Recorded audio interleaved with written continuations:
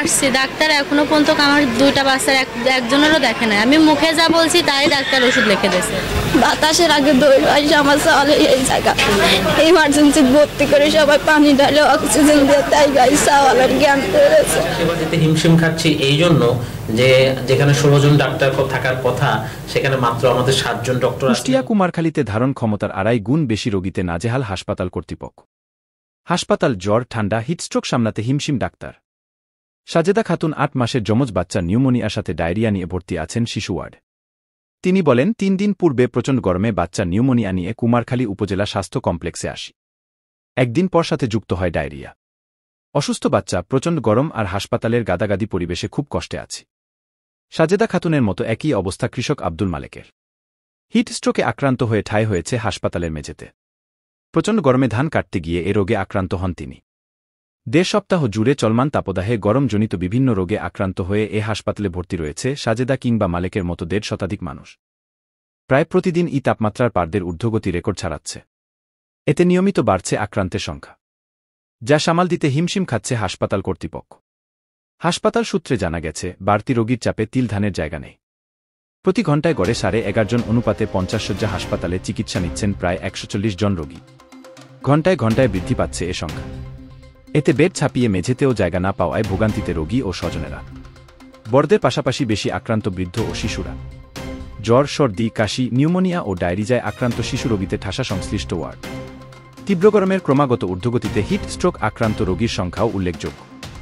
এদিকে ক্রমবর্ধমান রোগীর এ চাপ সামলাতে নাজেহাল হাসপাতালের ডাক্তার ও নার্স। 86 বছরের বৃদ্ধা মোহাম্মদ মনির উদ্দিন জানান, দীর্ঘদিন ধরে নিউমোনিয়ায় ভুগছি। এই গরমে ঘাম হওয়ায় ঠান্ডা বেড়ে নিউমোনিয়ার মাত্রা বেশি হয়ে গেছে, তাই বাধ্য হয়ে ভর্তি হয়েছি। হাসপাতালে ফ্যান ও অন্যান্য সেবা না পাওয়ার কথাও জানান তিনি। এ বিষয়ে হাসপাতালে কর্তব্যরত senior staff nurse Mosammat Sharmin Khatun বলেন, তো সব ধরনের রোগী হসপিটাল লেভেলে থাকে, অ্যাডমিশন হয়, তবে এখন এই তীব্র গরমের কারণে ডায়রিয়া জনিত আর হিট স্ট্রোক জনিত অতিরিক্ত ঘামানোর কারণে পেশেন্ট যখন আনকনসিয়াস হয়ে যায় তখনই হসপিটালে আসে। সেটা আপনারা করতে গেলে আপনার ডায়রিয়া রুগীটা আর এই গরমজনিত কারণে যে ব্রঙ্কিয়াল অ্যাজমা রুগী যারা প্রিভিয়াসলি অ্যাজমা আছে তাদের এই সমস্যাটা এখন হঠাৎ বেড়ে যাওয়ার কারণে এই সমস্ত রুগীর চাপ বেশি। আমাদের একটা উপজেলা হেলথ কমপ্লেক্স 50 শয্যা বিশিষ্ট, সেখানে রুগীর ধারণ ক্ষমতাও 50 জন, বেড এবং সেই তুলনায় প্রয়োজনীয় সাপোর্টিং স্টাফও 50 জনের যেভাবে থাকার কথা সেভাবে। কিন্তু রুগী আমার ডায়রিয়া রুগী 30 আপ, আর অন্যান্য রুগী সব মিলাই মনে করেন যে রুগী প্রায় আমাদের 140 জন রুগী এভারেজে ছিল। তো সকালে কিছু রুগী ছুটি হওয়ার কারণে এখন হয়তো 130-32টা রুগী আছে। তো এর মধ্যে ডায়রিয়া আর ওই ঠান্ডাজনিত কারণে মানে যে সমস্ত রুগী বেশি, সব মিলায়ে আমাদের আর কি খুবই ঝামেলা হচ্ছে যে রুগীকে আমরা পর্যাপ্ত কোনো কিছু দিতে পারছি না। বেড সংকুলান, স্টাফ সংকুলানের কারণে যে সেবাটা তাদের পাওয়ার কথা সেটা আমরা দিতে পারছি না। রুগী বেশি, রুগীর তুলনায় আমাদের সাপোর্টিং স্টাফও কম, আর সেই তুলনায় ওষুধপত্র যেটা না হলেই না আমরা না কেনালে না, যেটা আমাদের হসপিটাল সাপ্লাই নাই, আমরা সেটা বাদে সবকিছু এখান থেকে দেওয়ার চেষ্টা করতেছি। ডাক্তার ভালো করে চিকিৎসা করে না, চলে যায়, দেখেই চলে যায়। ভাল নাই, ফ্যান নাই, অন্ধকারে থাকি। বাড়িতে ফ্যান নিয়ে আসে চলতেছি, এইরকম কি চলা যায়? কত কষ্ট করতেছি, মশার কামড়ে খাচ্ছি। আসছি, ডাক্তার এখনো পর্যন্ত আমার দুইটা বাচ্চার একজনেরও দেখে নাই। আমি মুখে যা বলছি তাই ডাক্তার ওষুধ লিখে দিয়েছে। সে ওষুধই নিয়ে এসে ইনজেকশন করেছে, আর একটা স্যালাইন দিয়েছে, মনে হয় স্যালাইন 300 পর্যন্ত স্যালাইন গেছে, তার নিচে স্যালাইন ওরকমই রয়েছে। আমি গরিব মানুষ, আমার অত বড় একটা স্যালাইন কিনালো কিসের জন্য? ওর বাড়িতেই পায়খানা বমি ছিল, বাড়িতেই ডাক্তার দেখাইছিলাম, দেখানোর পরে পায়খানাটা কমে গেছিল, বমিটা কমে নাই। তারপরে মনির শরীর খুব দুর্বল ছিল, সেই দুর্বল থাকার কারণে সবাই বললে যে ভালো ডাক্তারের কাছে নিয়ে যাও। এই পথ বাতাসের আগে দই আসে আমার সালে এই জায়গা ইমার্জেন্সি ভর্তি করে সবাই পানি ঢালে অক্সিজেন দিয়ে তাই গাড়ি সাওয়ালের জ্ঞান করেছে। এখন এই জায়গাতে ওষুধ দিয়েছে, স্যালাইন দিয়েছে, এখন ভালো আছে। আমার বাবুর 5 দিন হলো এরকম বমি, ঠান্ডা, পায়খানা। আমি গতকাল আসছি, হসপিটালে ভর্তি করেছি। এখন বমিটা নেই কিন্তু পায়খানাটা আছে, রোদের ভিতরে বেড পাইনি, বারান্দায় বসে আছে। পড়তেছে অতিরিক্ত গরম, গরমের জন্য তাই সমস্যা। আমার গেল রাত্রে যে সাবান নিয়ে আইছি, জ্বর আছে খুব। নাইট ডিউটি করি আর আলো অফ করে দিয়ে মনে করলাম যে সোজাসুজি উঠি প্ল্যাটফর্মে উঠি, আর মাথা আমি ঘুরে পড়ে গেছি, পড়ে যায় আর আমার হুঁশ নেই। তাতে 2-3 এসে টাইনিয়ে চলেছে, তুলে আমার আটক করে দিয়েছে, আটক করে বাইর করছে।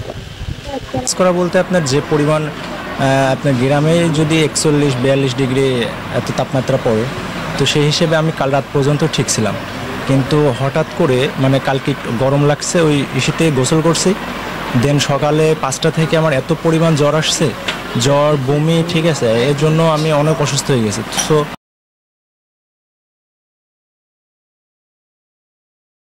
60 থেকে 70 জন বা সর্বোচ্চ 80 জন কোনো দিন। কিন্তু এখন প্রায় আমি পয়লা বৈশাখের দিন থেকে বা 14 এপ্রিল থেকে শুরু করে, ওই সময় তো মেনলি আমাদের হিট ওয়েভটা শুরু হলো প্রায় 2 সপ্তাহ ধরে বা 1 সপ্তাহ ধরে। এই 1 সপ্তাহেতে পেশেন্ট প্রায় 2.5 গুণ বেড়েছে এবং আজকে পেশেন্ট আছে আমাদের হসপিটালে 140 জন এবং ছুটি হওয়ার পরে হয়তো 133 জন হয়েছে। মানে একটু যখন নতুন রোগী ছুটি হয়, পুরাতন রোগী নতুন রোগী ভর্তি হয়, তখন তো একটু আপ ডাউন করে রোগী, কিন্তু প্রায় 2.5 গুণেরও বেশি রোগী আছে আমাদের হসপিটালে। এবং সাধারণত ডায়রিয়া বা ছোট বাচ্চাদের বা হচ্ছে গ্যাস্ট্রাইটিস, গ্যাসের কারণে যে সমস্যা, বা হিট স্ট্রোক বা হিট এক্সজশন, প্রথমে তো হিট এক্সজশন হয়, এরপরে হিট স্ট্রোক নিয়ে আসে। এই পেশেন্টগুলো আমাদের মানে অনেক গুণে বেড়েছে। চিকিৎসা সেবা দিতে হিমশিম খাচ্ছি এই জন্য যে যেখানে 16 জন ডাক্তার থাকার কথা, সেখানে মাত্র আমাদের 7 জন ডক্টর আছেন এবং 3 জন ডক্টর আমাদের, একজন ফাউন্ডেশন ট্রেনিং এ গেছেন, একজন সলিমুল্লাহ মেডিকেলে বদলি হয়ে গেছেন, আরেকজন লন্ডনে চলে গেছেন, ডাক্তার শাওন সাহা। তাই এই জন্য আমাদের দেখা যাচ্ছে যে জনবল সংকটের কারণে এবং সিস্টারও কিছু সংকট আছে আমাদের হসপিটালে। তবে বেশি আক্রান্ত হচ্ছে বয়স্ক এবং শিশুরা, কারণ বয়স্করা মানে এবং শিশুদের যে হিট যে কন্ট্রোল করার ক্ষমতা সুইট গ্ল্যান্ডের, এই কন্ট্রোল ক্ষমতাটা তুলনামূলক কম থাকে, তারা ভালনারেবল থাকে। এবং এই জন্য আবার যারা মাঠে যায় সরাসরি, যারা মাঠে কাজ করে বা যারা রোদে যাচ্ছে, স্কুলে যেতে পারে বাচ্চারা, তারাও যেমন স্কুল খুলেছে, তারাও আক্রান্ত হতে পারে, স্কুলের শিক্ষকরাও আক্রান্ত হতে পারেন, হ্যাঁ এটাও হতে পারেন, এরাই বেশি আক্রান্ত হওয়ার সম্ভাবনা বেশি, যারা সরাসরি রোদের সংস্পর্শে যান। তাদের উদ্দেশ্যে আমার পরামর্শ থাকবে বেলা 11টা থেকে 4টা পর্যন্ত খুব সাবধানে থাকা।